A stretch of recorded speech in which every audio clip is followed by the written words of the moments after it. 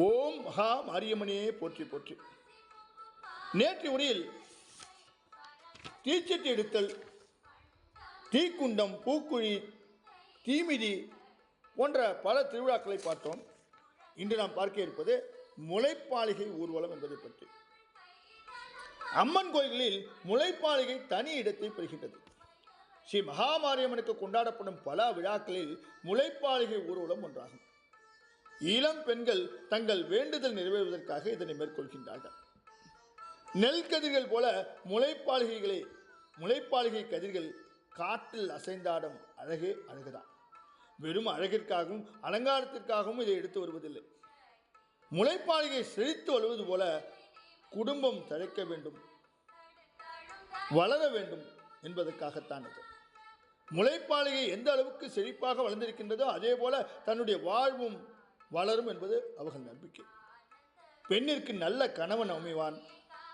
திருமணம் போன்ற சிவ நிகழ்ச்சிகளில் நவதானிய பாலிகை தெளித்து அது வளர்த்து தம்பதிகள் அதை எடுத்துச் சென்று நீர்நிலைகளில் கரைப்பதும் இதற்காகத்தான். மழையினால் பெறும் தண்ணீர் இந்த உலக உயிர்களின் ஜீவாதாரமாக விளங்குகின்றது. நாம் உண்ணும் உணவில் நீர் முக்கிய இடம் பெறுகின்றது. உடலில் நீர்ச்சத்து இருந்தால்தான் இரத்த ஓட்டம் சீராக இருக்கும். மேலும் மழையே மரங்களையும் செடி கொடிகளையும் வாழ வைக்கின்றது.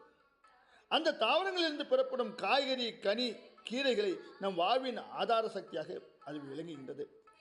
இத்தகைய மழையை நமக்கு அளித்து அருள் புரியும் ஸ்ரீ மாரியம்மனுக்கு அவள் கொடுத்த மழையினால் விளைந்த தாவரங்களை அலங்கரித்து அவற்றை பெண்கள் தங்கள் தலையில் சுமந்து மேலதாளமும் ஆடல் பாடல்களோடு தொடர் ஊர்வலமாக வருவார்கள். ஊர்வலம் முடிந்ததும் அவற்றை வரிசையாக வைத்து அதை சுற்றி நின்று கும்மி, கோலாட்டம் போன்றவைகள் எல்லாம் ஆடி அன்னையை துதித்து பின் அவற்றை குளங்களிலோ அல்லது ஆறுகளிலோ விட்டு விடுவார்கள். முளைப்பாலிகை தாவரங்களை உருவாக்க நவதானியங்களையே பயன்படுத்துவார்கள். நாம் உண்ணும் பல தானியங்களில் நவகிரகங்களுக்கு உகந்த நவதானியங்கள் நம் இந்து மதத்தில் சிறப்பான இடம் பெற்றிருக்கின்றன. வழிபாடுகளிலும் ஹோமங்களிலும் இந்த நவதானியங்களே பயன்படுத்தப்படுகின்றன.